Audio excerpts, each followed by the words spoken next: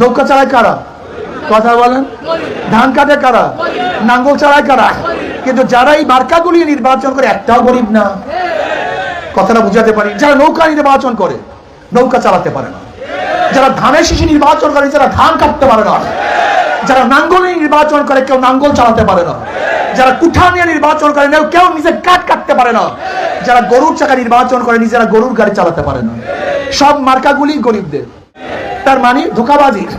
কিন্তু হাত পাখা এমন একটা প্রতীক যে হাত পাখা নির্বাচন করে সে ঘুরাতে পারে, যারা সমর্থন করে তারাও চালাতে পারে।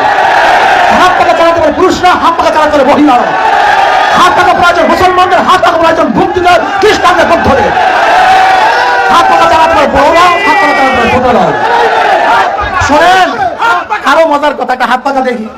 এই জায়গায় এখন হাত পাখা। শোনেন, ঘুমের সময় কারোর মার্কা বুকের উপরে থাকে না, ঘুমের সময় নৌকা বুকের উপরে থাকে না, নাঙ্গল না, ধানের শীষ না, গরুর চাকার না, কুঠান না, কিন্তু ঘুমের সময় যে মার্কাটা কলিজার উপরে থাকে সেই জন্য হাত পাখা। কারেন্ট ফেল করে হাত পাখা ফেল করে না। হাত পাখা শুধু মুসলমানকে শান্তি দেয় না, হাত পাখা শান্তি দেয় হিন্দু বৌদ্ধ খ্রিস্টানদেরকেও। হাত পাখা শুধু বড় লোকের প্রয়োজন না, হাত পাখা প্রয়োজন গরিবদেরও।